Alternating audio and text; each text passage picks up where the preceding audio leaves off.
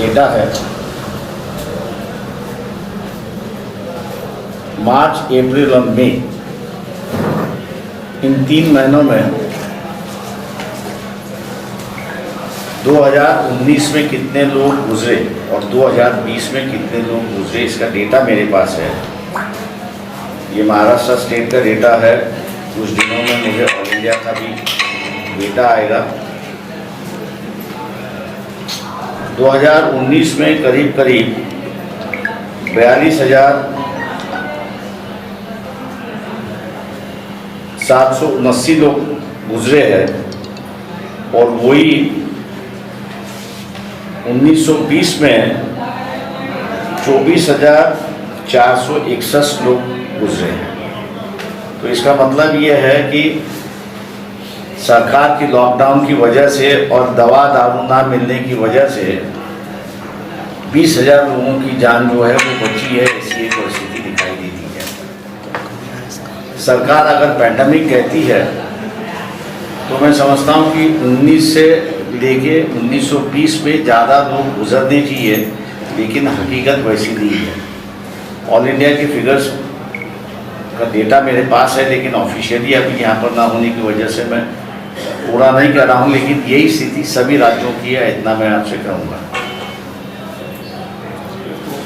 इस देश का दुर्भाग्य ये कहूँगा कि पॉलिटिकल लीडरशिप ना स्टेट में है ना सेंटर में है। जो कुछ लीडरशिप है वो एक तो जात की लीडरशिप है या धर्म की लीडरशिप है, और ये दोनों लीडरशिप जो है वो पॉलिटिकल डिसीजंस जो लेना चाहिए पॉलिटिकल डिसीजंस नहीं ले पा रहे हैं। ये जो लॉकडाउन का पीरियड के वक्त सब कुछ बंद करवा दिया था सरकार ने। बीच में हम लोग ने बैठ के आंदोलन शुरुआत की और कहा कि भैया इस देश की अगर आर्थिक व्यवस्था ऐसी ही बिगड़ती गई और जो खराब दिखाई दे रही है उसे उभरने के लिए सरकार को कम से कम 10 साल लगेंगे, ऐसी एक परिस्थिति है। हर राज्य जो है वो बाजार से पैसा उठा रहा है और अपने कर्मचारियों को तनख्वाह दे रहा है, ऐसी एक परिस्थिति है। ये परिस्थिति कब तक चलेगी? इसलिए सरकार से हम लोग ने आग्रह किया है कि मार्केट जो है उसको खोल दीजिए, दुकानें जो है उनको खोलने दीजिए, जितना व्यवसाय है उतना आप खोल दीजिए। और इन 4 महीनों के अंदर जिनकी पूरी तरह से अर्थव्यवस्था खत्म हो चुकी है उनको अपने पैरों में खड़ा करने के लिए सरकार ने इनको अनुदान देना चाहिए। और विशेष करके जो कारीगर वर्ग है, जो अपने पैरों पर सुनार है, द्वार है, सोनार है, नाई है, दर्जी है, धोबी है, कि जो अपने मेहनत से कमाता है, और सरकार ने पिछले 4 महीनों से सब कुछ बंद करने की वजह से जितना था उतना वो गवा चुका है, अब उसके पास कुछ नहीं है। और इसलिए इन्हीं वर्गों में से आत्महत्या करने की जो प्रक्रिया है वो ज़्यादा हो चुकी है, ऐसी है। मैं आज मानता हूँ कि जिस तरह से लीडरशिप इस देश में है उस तरह की लीडरशिप कहीं दिखाई नहीं दे रही है। वही बात जहाँ तक चाइना की बात रही, मैंने बहुत पहले ही कहा था कि ये नौटंकी चलेगी चाइना के साथ में, मुठभेड़ दिखाई देगा। दुर्भाग्य ये है कि उस मुठभेड़ में 20 जवानों शहीद हो गए और उनके परिवार जो है दुखी हो गए। ऐसी परिस्थिति से लड़ नहीं सकते, इसलिए ऐसी जुमलों की राजनीति केंद्र सरकार कर रही है। मैं लोगों से आगाह करना चाहूँगा कि आप जल्दी से जल्दी जाग जाइए, नहीं तो इस देश की जो अर्थव्यवस्था है वो पूरी तरह से तहस तहस हो गया, तो समझ न कर गया, ऐसी एक परिस्थिति है। बैंकों की स्थिति बहुत खराब हो चुकी है। लोन निकालने जाओ, खुद की बात करना, मई महीने से अप्लाई कर रहा हूँ लोन के लिए, परसों जाके कहीं तो भी उन्होंने सैंक्शन करा। जीएम से मैंने पूछा कि इतना समय क्यों लगा, तो बोलता देने के लिए पैसा ही नहीं था। और जब आ गया तब हम लोग ने सैंक्शन कर दिया। ये जो आर्थिक स्थिति है, ये आर्थिक स्थिति मैं समझता हूँ देश के लिए अच्छी नहीं है।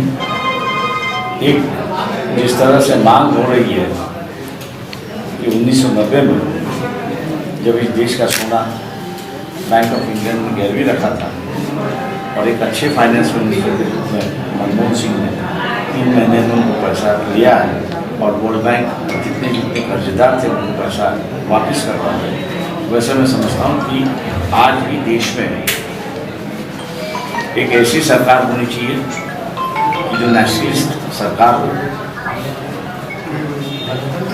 और वो नेशनलिस्ट सरकार जो है वो इस देश की अर्थव्यवस्था को दोबारा पटरी पर ले आए, वो ही मेरे ख्याल से हम लोग बच पाएंगे। वरना मैं समझता हूँ कि ये हालत जो है वो दिन पे दिन और खस्ते जाएगी और लोगों की परिस्थिति जो है वो खराब हो जाएगी। पिछले 3 दिनों के बाद 3 दिनों से पहले ही एक रिपोर्ट था कि ऑर्गेनाइज सेक्टर जो है, इस ऑर्गेनाइज सेक्टर में कम से कम 1,50,00,000 जो परमानेंट एम्प्लॉयज़ है वो अनएम्प्लॉयमेंट हो चुका है। और ये आगे कह रहे हैं कि अगर ऐसी परिस्थिति रही तो 1 करोड़ और अनएम्प्लॉयमेंट हो जाएगा। तो इसका मतलब ये होगा कि बाज़ार में एजुकेटेड लेबर ज़्यादा होगा और जो आज सिक्योर्ड लेबर है, अपने आप को समझता है और हाई प्रोफाइल पे मिल रहा है, शायद उसको रिप्लेसमेंट की भी बात होगी, क्योंकि कम पैसे में काम करने के लिए ज़्यादा एजुकेटेड एम्प्लॉयमेंट मिल सकती है। तो ये ज़्यादा पैसा देते हुए इसको क्यों रखें, ऐसी एक चर्चा शुरुआत होगी। दूसरी बात यहाँ पर यह है कि हम लोग 27 से 27 सीटें मध्य प्रदेश की लड़ने जा रहे हैं। हमारा मुद्दा ये है कि शेड्यूल कास्ट शेड्यूल ट्राइब जो है उनके बजट के मुताबिक उन पर आवंटन होना चाहिए, जो हो नहीं रहा है। दूसरा जो है कॉन्ट्रैक्ट लेबर जो है वो काफ़ी बड़ी पैमाने पे चल रहा है, एक्सप्लॉयटेशन है, इंसानियत के हम लोग मानते हैं, तो इसको विरोध हम लोग कर रहे हैं। और आज जो एक नई व्यवस्था उभरनी चाहिए, वो नई व्यवस्था उभरते हम लोग को दिखाई नहीं। मैंने जिन समाजों का नाम लिया, चाहे नाई हो, आज पॉलिटिकली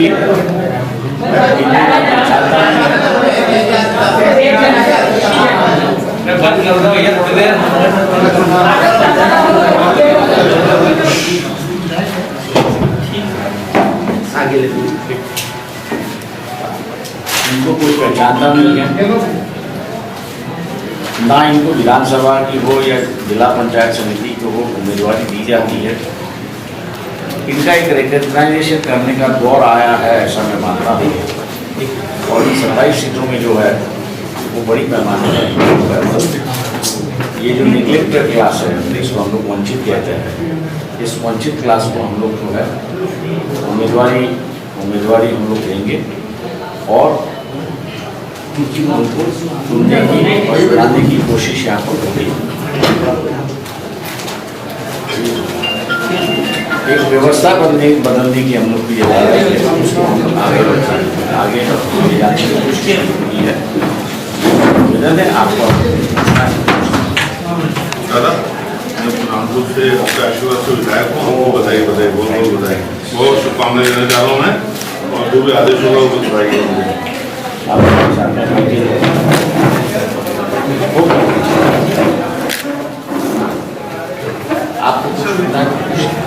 सर, आपने एक नेशनलिस्ट सरकार की बात की, तो देश के पास क्या ऑप्शन है? नेशनलिस्ट सरकार की बात की, संघीय सरकार की बात की, तो विकल्प क्या है देश के पास?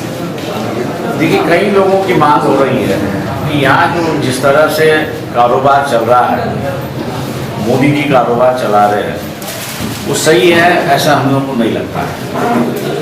20 लाख करोड़ की उन्होंने पैकेज दे दिया, लेकिन 20 लाख करोड़ पैकेज देने के बाद भी इंडस्ट्री चल नहीं रही है। एक परिस्थिति है, इंडस्ट्री के पास पैसा है नहीं, ऐसा नहीं है।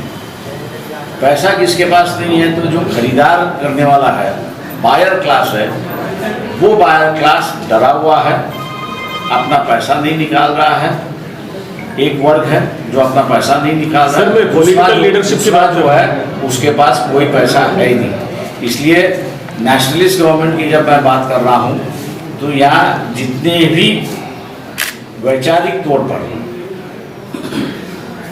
योगदान दे सकते हैं उनकी एक सरकार बनाने की बात यहाँ की आरएसएस जो प्रमुख है उन्होंने इस पर सोचना चाहिए और उसने उस पर अमल करना चाहिए, ना किसी एक व्यक्ति पर निर्भर होकर इस देश का कारोबार चल सकता है। सर, मेरा सवाल था कि वर्तमान में जो मोदी सरकार प्राइवेटाइजेशन की ओर जा रही है, अभी हाल ही में उड्डयन विभाग ने सारे बड़े एयरपोर्ट जो है वो निजीकरण पर दे दिए, क्या कहना चाहेंगे आप? देखिए, शराबी जो होता है जब शराब के लिए पैसे नहीं होते हैं तो अपने घर के सामान ही बेच देता है। उसी तरह ये सरकार है, इनके पास सरकार को चलाने के लिए पैसा नहीं है, इसलिए ये अपनी ही बातें बेच के सरकार चलाने की बात कर रही है। नए तौर तरीके पैसे कमाने का जो है या उसको खड़ा करने का जो उस पर इनके पास कोई विकल्प है नहीं, ऐसी एक परिस्थिति है। इसलिए ये शराबी सरकार है, मैं हमेशा कहता हूँ। आपने निजीकरण से SC, ST, OBC बहुसंख्यक लोगों को रोजगार खत्म हो रहा है, तो निजीकरण में आरक्षण के मुद्दे को लेकर आप आंदोलन नहीं, हम लोग निजीकरण को ही विरोध कर रहे हैं क्योंकि आपकी इकोनॉमिक सिक्योरिटी सिक्योर रही तो ही आपकी पॉलिटिकल सिक्योरिटी साबित होगी। आप इकोनॉमिकली वीक हो गए तो आप पॉलिटिकली भी वीक हो गए। इसलिए इस देश की जो धुरा है, मतलब पब्लिक प्रॉपर्टी है, ये सरकार की प्रॉपर्टी है। मैं उदाहरण के तौर पर कहूँ कि 1990 में जब एक्सटर्नल बैलेंस ऑफ पेमेंट पे हम लोग डिफ़ॉल्ट हुए तब किसी ने हम पे मांग नहीं की, और मांग इसलिए नहीं की थी क्योंकि पब्लिक सेक्टर काफ़ी बड़ा स्ट्रॉन्ग था। एक सेक्टर अगर सरकार उसमें से भेज देता तो जिनका बाकायदा था वो सरकार हमेशा दे सकती है। मैं आज मानता हूं कि इस बात को गौर से आम लोगों ने सोचना चाहिए कि पब्लिक सेक्टर जब तक है और पब्लिक सेक्टर ये सरकारी पब्लिक सेक्टर रहेगा तब तक हम लोग की इकोनॉमिक सिक्योरिटी कामयाब रहेगी, और इकोनॉमिक सिक्योरिटी जब तक कामयाब रहेगी तब तक पॉलिटिकल सिक्योरिटी भी हम लोग की कामयाब होगी। ऐसी परिस्थिति है, वरना हम पाकिस्तान की तरह किसी की सैटेलाइट बनने में कुछ समय नहीं लगेगा। आपने कहा 27 सीटों पर चुनाव लड़ेगा, क्या तैयारी उसको लेकर? 27 जगह पूरे 27 जगह की हमारी तैयारी हो चुकी है। तैयार हो गया? हाँ, कैंडिडेट्स की छान चल रही है, एक 2-2, 3-3 कैंडिडेट्स है। आखिरी वक्त में किसको उतारना है वो पार्टी डिसाइड करेगी, लेकिन हम लोग की तैयारी हो चुकी है। सर, बड़े मुद्दे क्या रहेंगे? देखिए, बड़े मुद्दा हम लोग का यही है कि सेक्युलरिज्म इस देश में खतरे में आ चुका है, क्योंकि संविधान बदलने की बात यहाँ पर हो रही है। दूसरा, मैंने जैसे कहा कि यहाँ पब्लिक सेक्टर के माध्यम से ही इकोनॉमिकली लोगों को एम्पावरमेंट करने की बात थी। अब पब्लिक सेक्टर ही नहीं रहेगा तो लोगों की इकोनॉमिकली एम्पावरमेंट की बात नहीं होगी, तो वैसे ही गुलाम रहेगा। इसलिए कॉन्ट्रैक्ट लेबर और पब्लिक सेक्टर दोनों का हम लोग विरोध करने के कह रहे हैं। तीसरा, मैंने जैसे कहा कि बजट जो है, ये जो गरीब वर्ग है, ये गरीब वर्ग के लिए ये बजट की प्रावधान होना जरूरी है। SC, ST की तरह माइनर OBC जो है उसके लिए भी होना जरूरी है, और ये जो रिलीजियस माइनॉरिटी क्लास जो है उसको एक विश्वास दिलाने की बात है। इन चीज़ों पर हम लोग इलेक्शन लड़ेंगे। सर, ये ब्रांचपुर आने का मुख्य उद्देश्य क्या था? इलेक्शन की तैयारी। सर, मेरा एक छोटा सा निवेदन ये था, 2017 में हमारे यहाँ एक ताप्ती श्रवणमाला करके एक कार्यक्रम आयोजित हुआ था। उसके अंदर मिलिंद कामले जी करके एक इंडस्ट्रियल एरिया के वो आपके चेयरपर्सन आए थे, जो इंडियन कॉमर्स डिकी वाले मिलिंद कामले जी डिकी वाले। तो वो जब यहाँ आए थे तो उन्होंने घोषणा की थी कि मैं अपनी समाज के लोगों को रोजगार देने के उद्देश्य से, तो उसके बाद उन्होंने कितने समाज के लोगों को रोजगार दिया जिससे समाज के लोगों का उत्थान हो सके? ऐसा है कि बीजेपी ने उनको एक डिकी करके, शॉर्ट फॉर्म है डिकी, उसका उन्होंने प्रमुख बनाया है 2014 में, और वो एक बीजेपी का एक पब्लिसिटी प्रोपेगेंडा था कि हम लोग दलितों को इंडस्ट्रियलाइज करने की कोशिश हो रही है।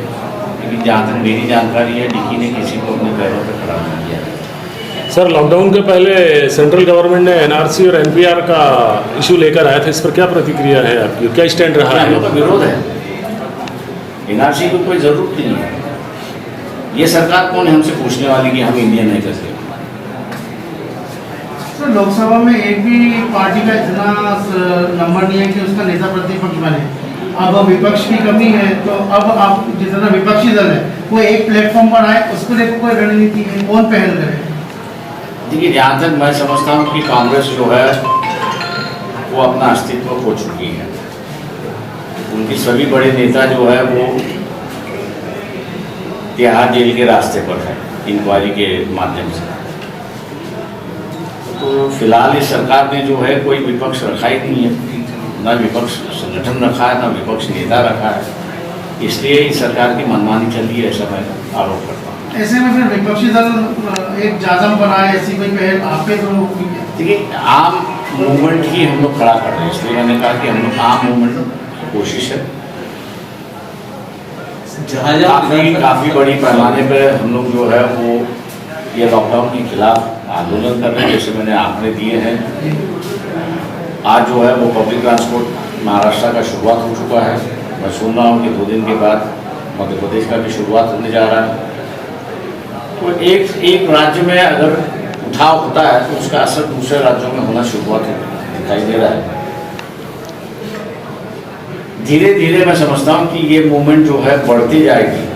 और अब मैं आज सुबह की मेरी जानकारी जो है वो बिहार में भी इस तरह का मूवमेंट चलने शुरुआत है। आम लोग कर रहे हैं उसमें, मतलब कोई वहाँ की भी ऑपोजिशन पार्टी आगे नहीं आ रही, लेकिन इंडिपेंडेंट लोग ही अपना एक संगठन बना रहे हैं और ऐसे आंदोलन खड़े कर रहे हैं। तो मैं उम्मीद रखता हूँ कि बिफोर पार्लियामेंट्री इलेक्शन ये पॉलिटिकल पार्टीज जो ऑपोजिशन रोल प्ले नहीं कर रही है उसको रिप्लेसमेंट करने की बात जोरों से चलेगी। और ये नॉन गवर्नमेंटल ऑर्गेनाइजेशन जो है वो आगे आके लीड लेंगे, ऐसा मेरा दिखाई देता है। सर, एमपी में शिवराज गवर्नमेंट के कामकाज को लेकर क्या कहना चाहेंगे आप? बदलाव तो कुछ है, नई सोच कहीं दिखाई नहीं दे रही है। जिस तरह से सरकार बदली गई है, ये भाजपा ने ये ट्रेंड बना लिया है सरकारों को बदलने का। वो सेम मध्य प्रदेश का फॉर्मूला महाराष्ट्र में लागू होने जा रहा है। तो लगता है कि महाराष्ट्र सरकार आएगी, वही लागू होगा। उसके बाद में हरियाणा में सर, ये जिस तरीके से आपकी उपचुनाव है वहाँ सभी जगह आप दौरा करेंगे? सभी जगह दौरा, जहाँ से उपचुनाव है, जहाँ तो ये दौरा सिर्फ चुनावी दौरा है आपका? चुनावी दौरा है वहाँ। साहब, क्या जितनी दलित पार्टी राजनीति चल रही पार्टी की, क्या कोई कभी एक प्लेटफॉर्म पे आ पाएंगे? डेमोक्रेसी अगर मानते हो तो शायद ये सवाल नहीं करेंगे। हर किसी की एक व्यक्ति की इच्छा होती है, हर किसी की व्यक्ति की एक संगठन होता है। लोग डिसाइड करते हैं किसके पीछे जाना है नहीं जाना। आजादी के बाद सभी दलित लोगों ने स्वतंत्र राजनीति नहीं कर पाई, मतलब समर्थन से रहे इसमें उसके, लेकिन स्वतंत्र रूप से कोई भी सरकार नहीं बना पाया दलितों के, जिस प्रकार मायावती ने 4 बार बनाया। देखिए, मैं ये कहूँगा कि उत्तर प्रदेश की स्थिति अलग है, क्योंकि उत्तर प्रदेश में इतनी जनसंख्या है कि शिवराज अपने बलबूते पर राजनीति कर सकते हैं। दूसरे राज्यों में उनकी संख्या नहीं है कि वो अपने बलबूते पर राजनीति करें। लेकिन एक बात ये भी हम लोग ने देखना चाहिए कि दलित सवर्णों की अगर बात मैं कहूँ तो सवर्णों में ही एक बड़ा वर्ग है कि जो दलितों की राजनीति को समर्थन करता है और बदलाव की राजनीति वो भी चाहता है। तो मैं समझता हूँ कि हम लोग अभी ये दलित सवर्ण ऐसी जो बातचीत करते हैं उसको हम लोग ने बंद करना चाहिए, क्योंकि जो एक विरोध करने वाला वर्ग है ये भी सही है, लेकिन एक बदलाव की राजनीति करता है उसको भी हम लोग रिकग्नाइज करना चाहिए। और उसी की वजह से मैं समझता हूँ कि इतना बदलाव इस देश में आ चुका है। उनका योगदान जो है वो कम है, ऐसा नहीं मानता, उनका बड़ा योगदान है। और इसलिए मैं ये जो दलित राजनीति है, सवर्ण राजनीति है, इन लफ्ज़ों की